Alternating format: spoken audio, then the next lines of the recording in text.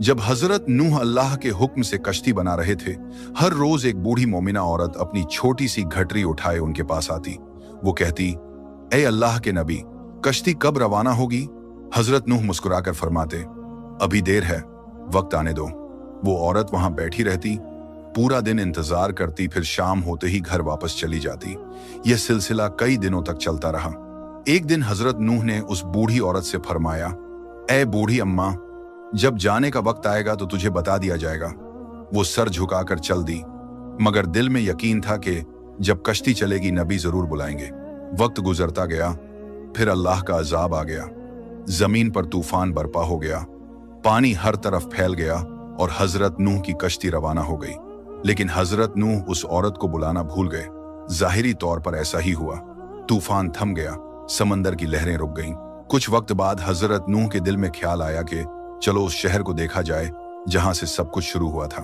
वो कश्ती से उतरे और शहर की तरफ चल दिए। जब शहर पहुंचे तो देखा हर तरफ वीरानी और तबाही है, मगर एक कोने में एक झोपड़ी से रोशनी आ रही थी, एक दिया जल रहा था। हजरत नूह हैरान हुए, इतना बड़ा तूफान आया, सब कुछ डूब गया, लेकिन यह दिया कैसे जल रहा है?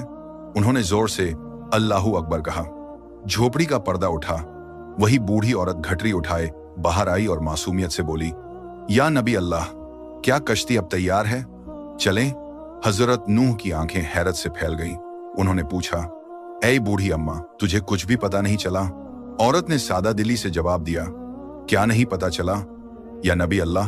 हजरत नूह बोले, इतना बड़ा तूफान आया, दुनिया डूब गई, बारिशें बरसीं, लोगों पर अजाब आया और तुझे कुछ खबर नहीं? वो औरत मुस्कुराकर बोली, या नबी अल्लाह, एक दिन बादल थोड़े गरजे थे और हल्की सी फुहार पड़ी थी, बस।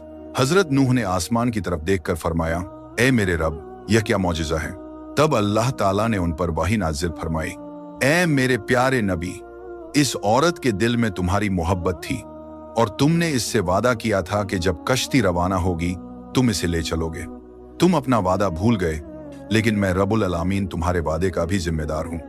मैंने अपने अजाब को इस तक पहुंचने ही नहीं दिया। इसे एहसास तक नहीं हुआ कि कैसा अजाब आया और कब चला गया।